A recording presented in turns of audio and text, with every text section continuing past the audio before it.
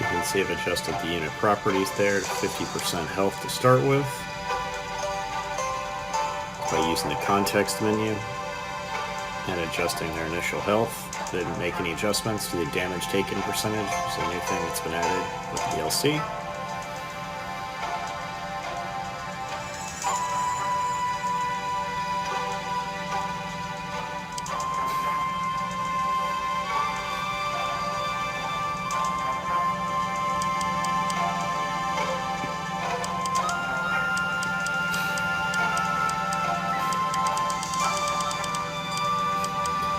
Under the hood, at the beginning of the mission, you can see there are a series of counters and other things that are involved here.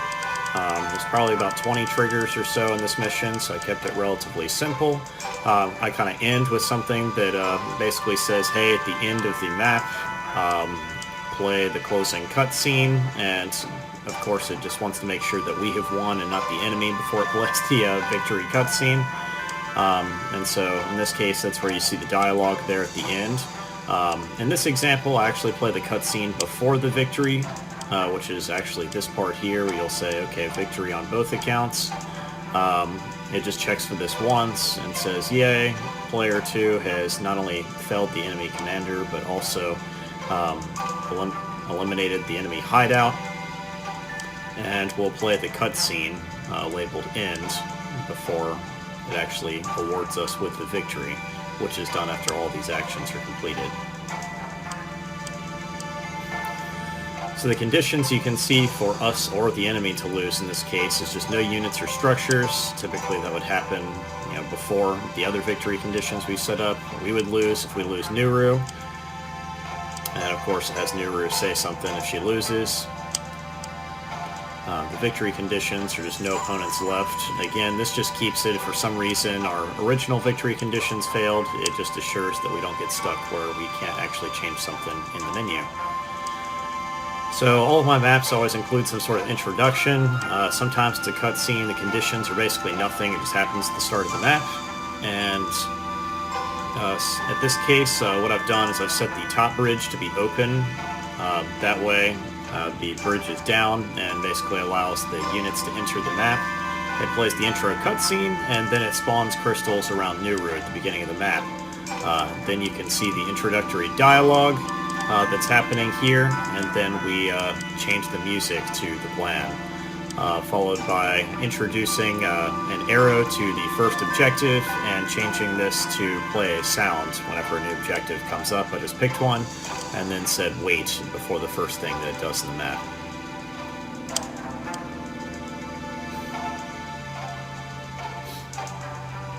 Now once we arrive to the map, this happens once. And in this case, when we get to the wreck, it just checks to see if Nuru has arrived there. It's the only condition, and then it spawns 3 dogs there. It also says the turn was spent for the dogs, which means they can't move right away. I found the map was way too easy if the dogs were able to immediately attack the enemy archers, so as a result, she kind of just found them. We shouldn't be able to give them orders directly, and modified their health so they sustained some damage in the crash. And then automatically update the Fog of War since the dog can see more than Nuru could originally. This just happens before the next object in the list.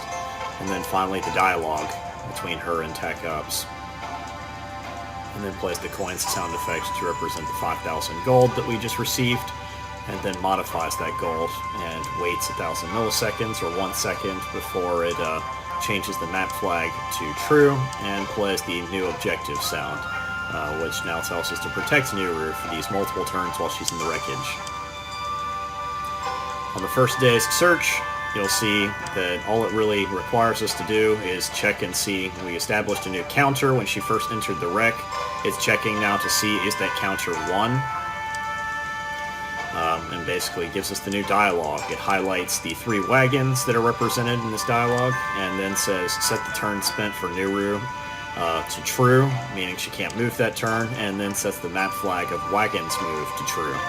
We created another map flag that allows us to follow along specifically with where that might be located for each of the wagons, and we also have a third map flag that we introduce next turn, focusing on the enemy commander.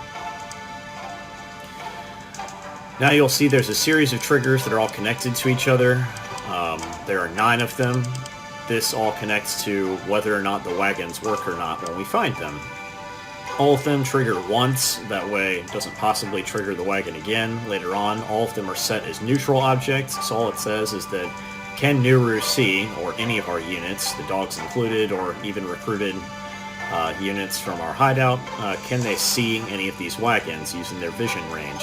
And first checks, since this would be the first wagon found, is checking to see if the counter for total number of wagons found is exactly 0, and if the flag for did we investigate the wreck and come back on the first day with Nuru giving us the update about the transponder inside the wreck. If that's all true, then it converts the wagon from neutral into something we can control and said, yay, we found our first wagon. Updates the fog of war and sets the highlight of the location to neutral, basically making the arrow go away that was over top of the wagon. And then updates the counter so that the next wagon that we might find is not also considered the first wagon. Likewise, this is the same location, saying, is the wagon in the top left area seen by the player, is it exactly the first in this list? If it turns out that this is now not wagon 0, but wagon 1, the second wagon that we would have found, and it's going to check and see if that flag is true, then this would indicate that it's the second wagon that we found. And it's a bummer because whichever wagon we find second will not work. And then finally, it still sets the location to neutral, but it just remains under neutral control. So you'll notice our first trigger that was in the previous one is not there, converting it to our control. All it does is update the fog of war and update our counter so that the third wagon that we find, if it turns out this one in the top left is the third one that we find, then yay, it turns out it is now the second in that counter. 0 is the first, 1 is the second, 2 is the third. It's a habit for computer science folks. But for the most part, that's the counting order mechanism, and basically it breaks this down to, yay, we found our last war wagon, and it converts it again to our control, and adds to our counter, which, since the third one doesn't really matter, the counter doesn't check for anything after 2. And so then you'll see it does this again for our second wagon in the bottom left-hand corner. You'll see the only difference in this one is that it's checking for a different location, BL, meaning bottom left wagon. And in this case, it's again targeting that bottom left wagon at the top and changing the highlight for that bottom left wagon to none. So each of these has 3 separate triggers in case it is found first, second, or third based on however the player plays this, which means it will have a different impact or the outcome. Now, at the end of the turn, we've got these wagons, so now we've revealed them, they're under our control. Interestingly enough, what's available for us as an option next is we want to be able to either have the wagon convert into a barracks or convert back from a barracks into a wagon. That's what these 2 triggers do. So they are repeatable triggers, meaning they can be done multiple times throughout the course of the map. Every time their conditions are satisfied, which means we have to be careful about that, this would apply. In this case, we're going to say at the end of a unit's turn, and is it player 1's turn, we're going to say change all wagons from player 1 at a location of the meta location of the last unit used to a barracks. So, now the way that I programmed this is a little bit sloppy because basically it says the end of any unit's turn on our turn, the player's turn. It says change all wagons at player 1 at the meta location of the last unit used. So if that last unit that was used was a wagon, then it will be converted into a barracks.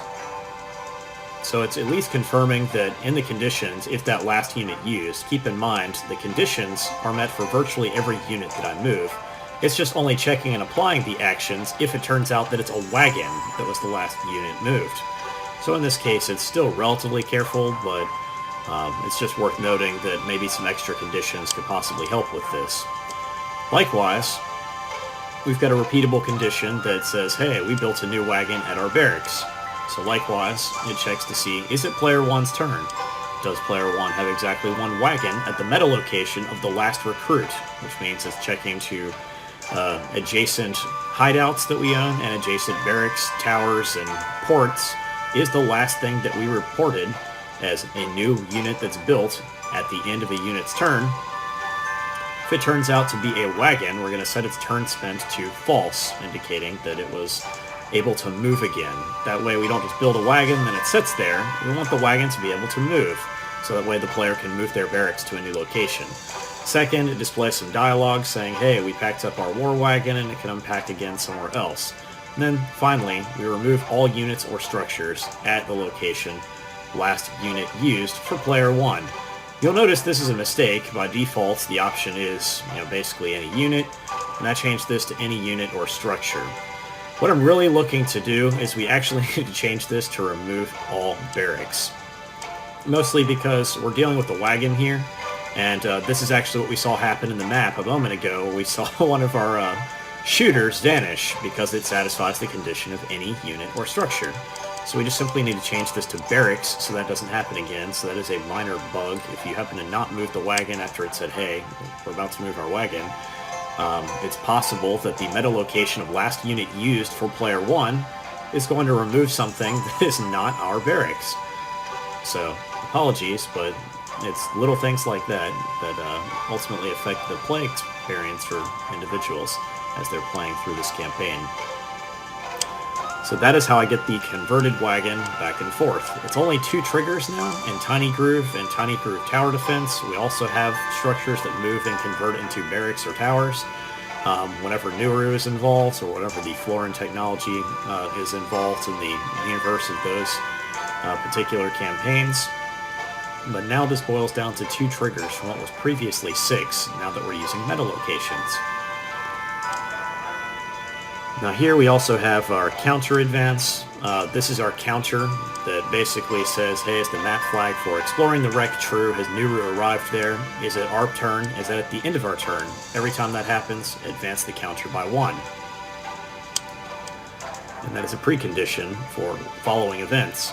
For example, here's the second day search.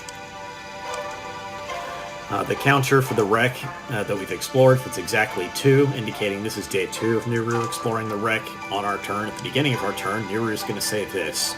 Basically, it's an intermediary turn, which basically, again, keeps Nuru stuck there at the wreck as she continues to explore.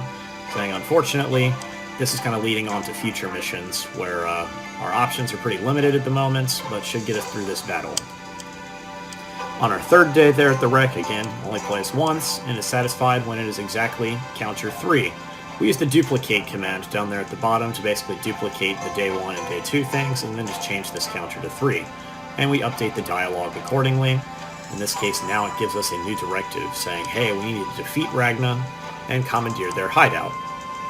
After that, it then now sets new locations for the crash site to none, indicating Nuru doesn't need to stay there at the crash anymore. And now changes the map flag to reveal the enemy commander to true, so this now gives away where Ragna's location is using that map flag, and then highlights the location of their hideout to yellow to match the yellow text that we have set here for commandeer their hideout using the color, player, underscore, color. In this case matching yellow for a secondary directive, and red is the primary directive. Next, to reveal the enemy commander, all we had to do is repeat this method. That way it updates every time Ragna moves.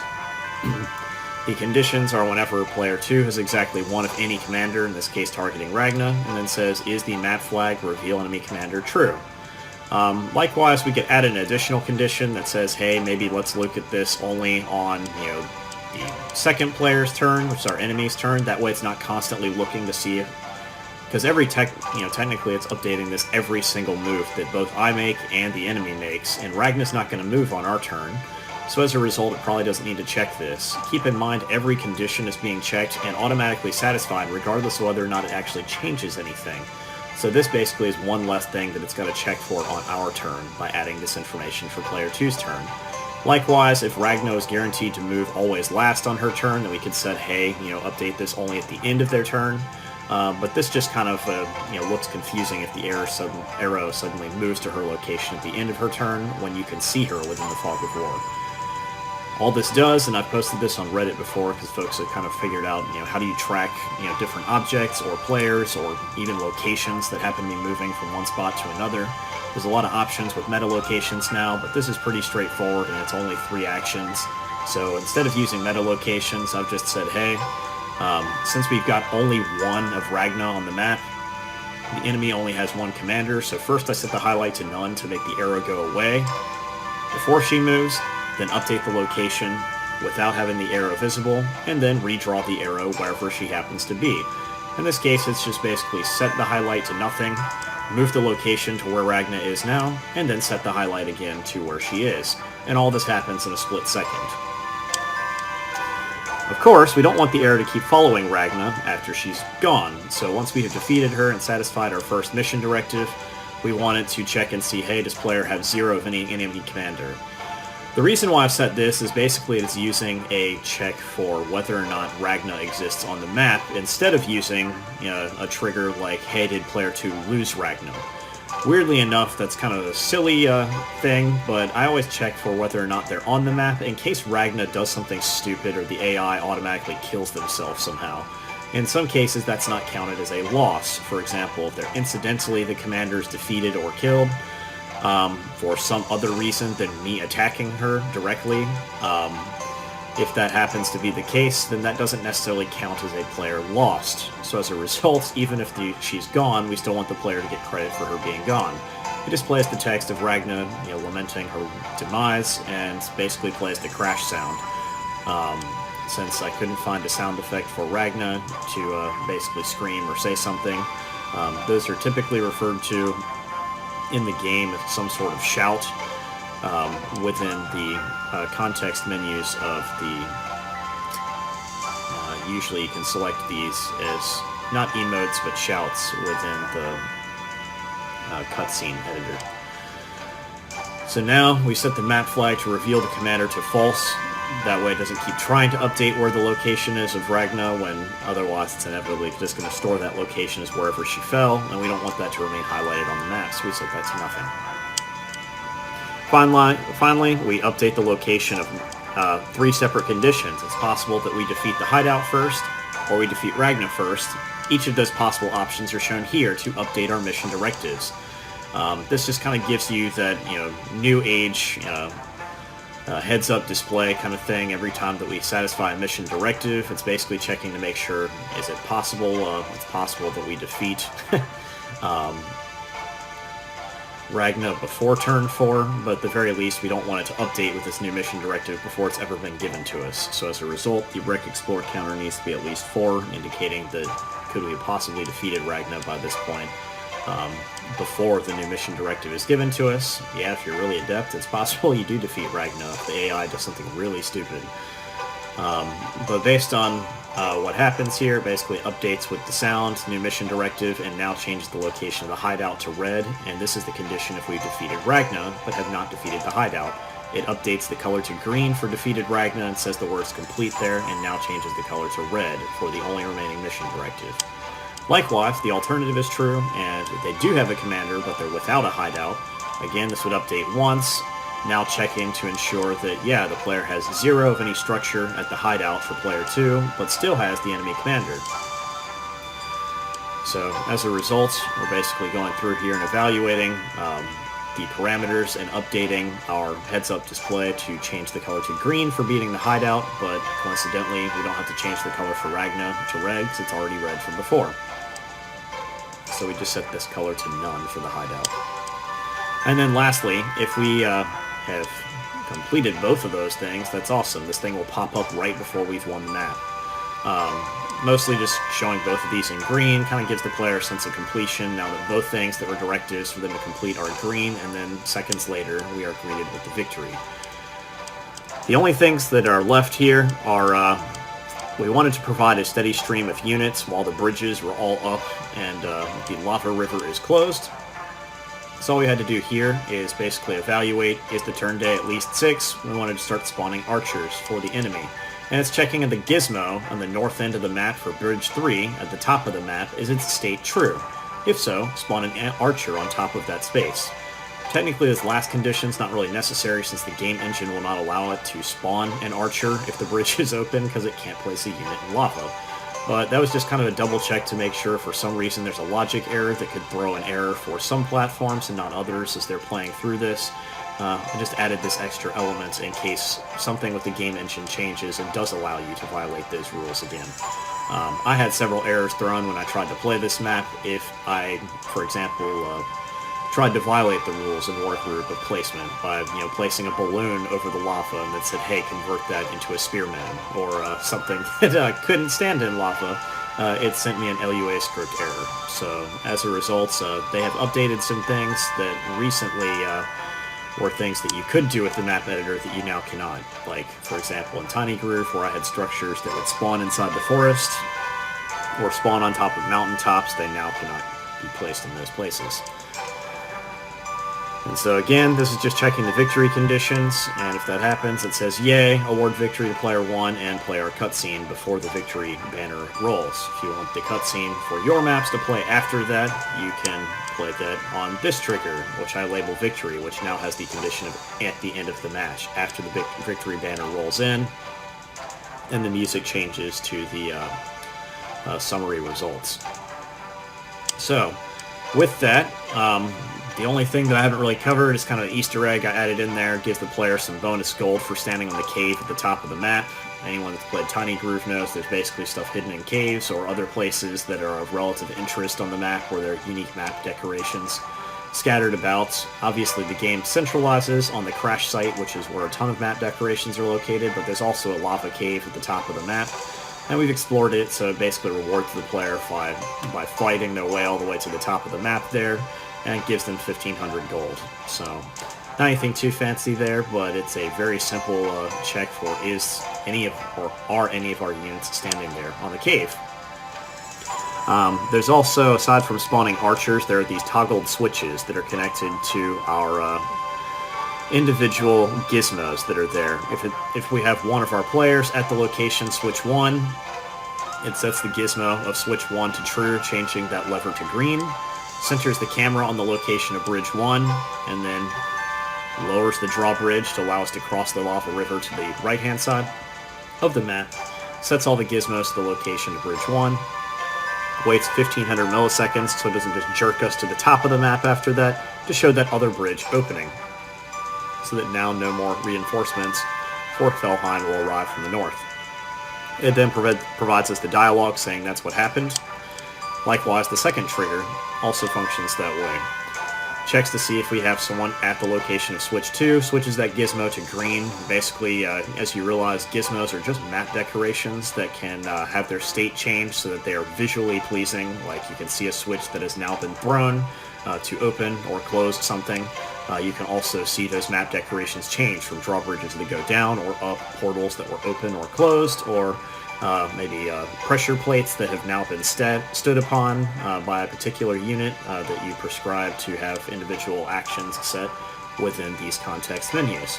It then waits 1 second and says that's the last bridge, now claim the hideout, and updates that information after it lowers the drawbridge. And likewise, the gizmos that are here in this menu, we can set them using this particular menu option. There's a lot of different choices there. As you can see, we just selected the gizmo here, so we placed one here, and there's another gizmo over here. And we could also use the context menu to give us additional options here for these gizmos. But basically, what is required is that we have to have locations here for the bridge at the top, the bridge in the middle, and the